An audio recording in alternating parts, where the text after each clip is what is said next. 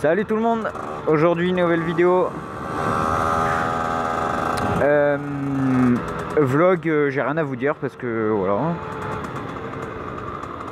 J'avais juste envie de vous faire une vidéo. On profite un peu du beau temps parce que comme vous pouvez le voir, c'est un peu nuageux. Je sais pas s'il va pleuvoir ou pas. Ouais, donc à cette heure où je vais publier cette vidéo, il y a la vidéo le vlog numéro 1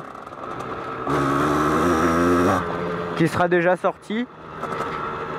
Donc j'ai toujours pas reçu l'autre colis d'Amsport, donc avec le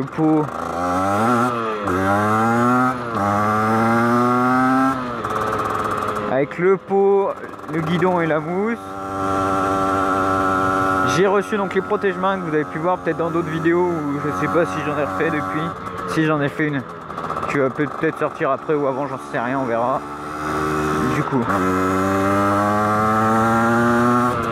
Du coup bah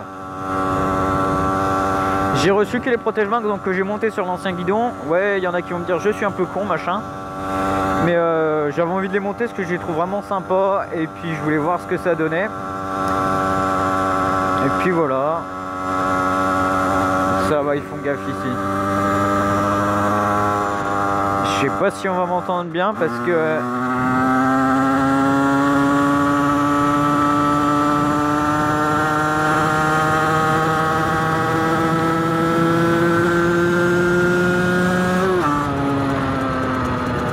j'ai cru que j'allais jamais monter.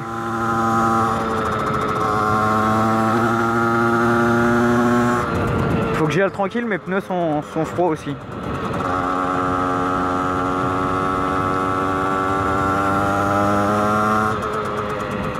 Donc quand j'aurai reçu le pot et tout ça, je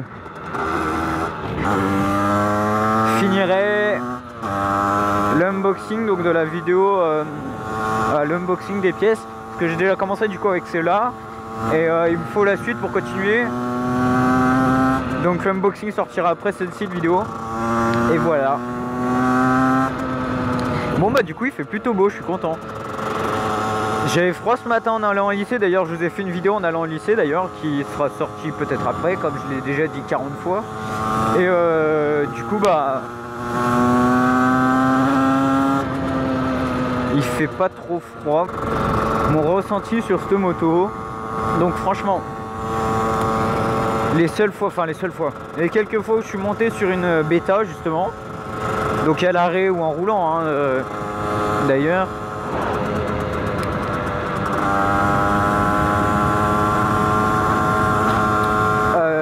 j'avais l'impression en fait que le guidon remontait vachement et quand j'ai été la voir en concession, donc quand j'ai été la voir en concession, je ne dirais pas où,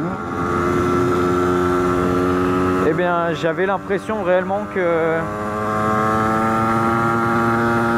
le guidon remontait vachement et finalement pas tant que ça. Même voir, je suis bien avec ce guidon, franchement je l'aime bien. J'étais quasi sûr que j'allais changer et puis finalement non, c'est très bien comme ça. Là on va prendre de la nationale, donc j'aurai largement le temps de vous parler d'ailleurs. De la nationale, n'importe quoi.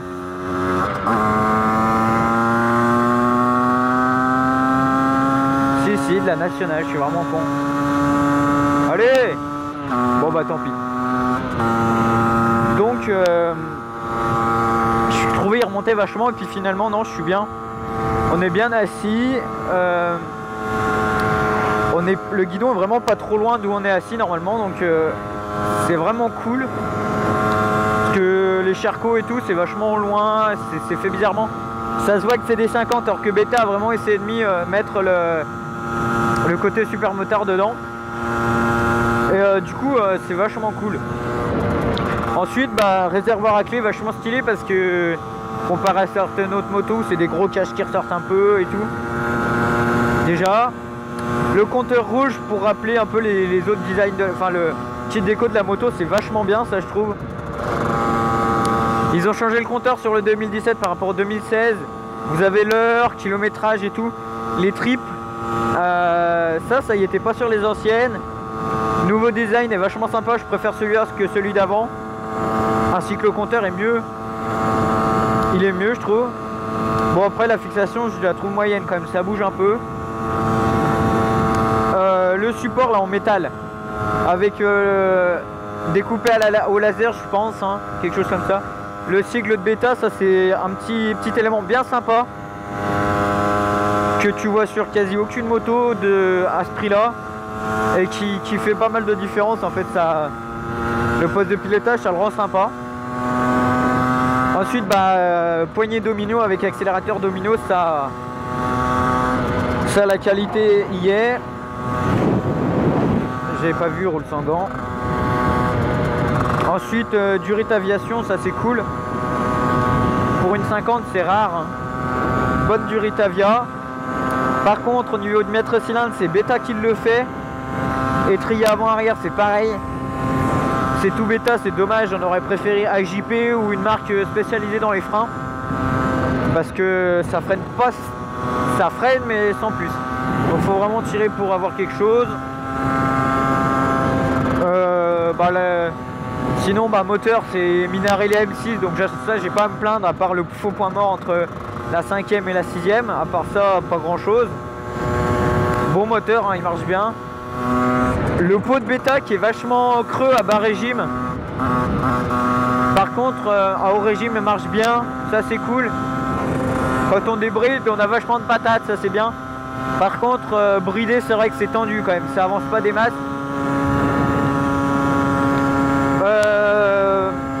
On a Neyman avec le bloc guidon intégré, ça c'est vachement cool de la part de Beta d'avoir fait ça.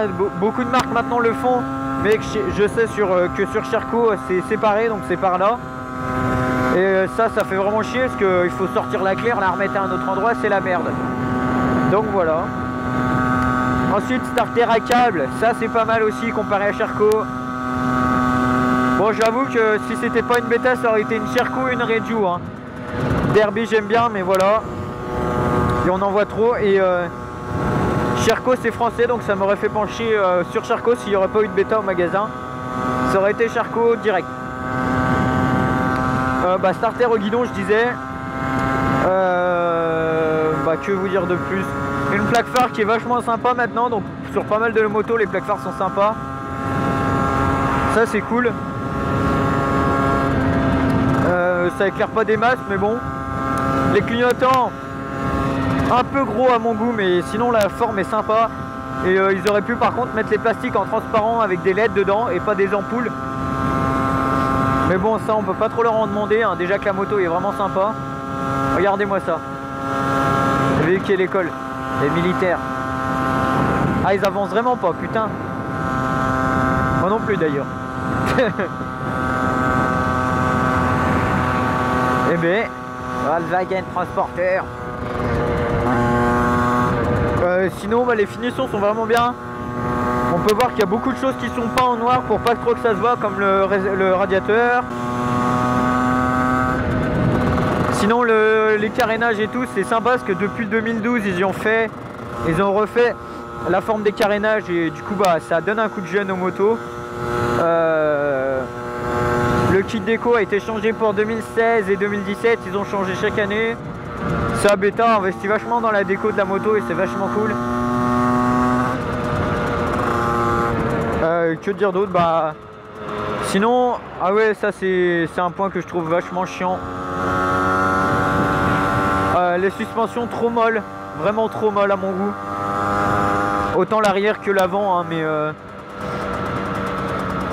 bon, ça reste une 50. Après, c'est fait pour être confort, pas pour envoyer pas pour envoyer comme des cochons dans les virages, mais je trouve ça un peu dommage.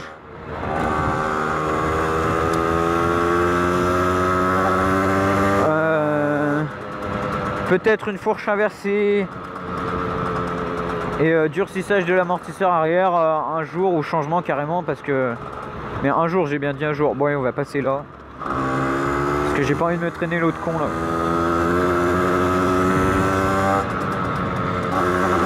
Du coup, peut-être un amortisseur arrière le jour où il sera à plat, enfin à plat. Un peu secoué. Une fourche inversée avant, ça serait sympa, ça ferait beau.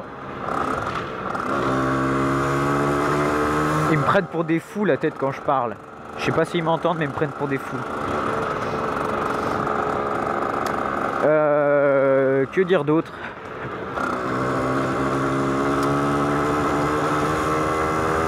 La béquille qui remonte toute seule, ça c'est... Ça peut être bien pour certains, pour moi je trouve que c'est un... C'est un mauvais point. Ça me dérange pas, mais ça aurait été... J'aurais préféré avoir une béquille qui remonte pas.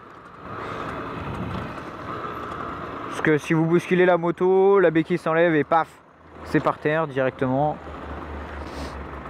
À cause de lui, on n'a pas pu cramer le PO, mais bon.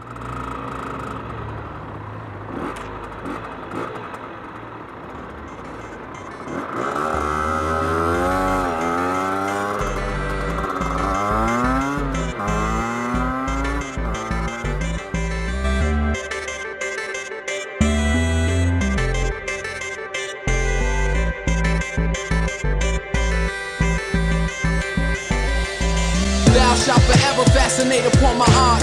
It's on the wall of legends, I'm about to make a mark. And nothing is forever, so before I did depart, I give you flows like presents you can't wait to tear apart. Trayvon in the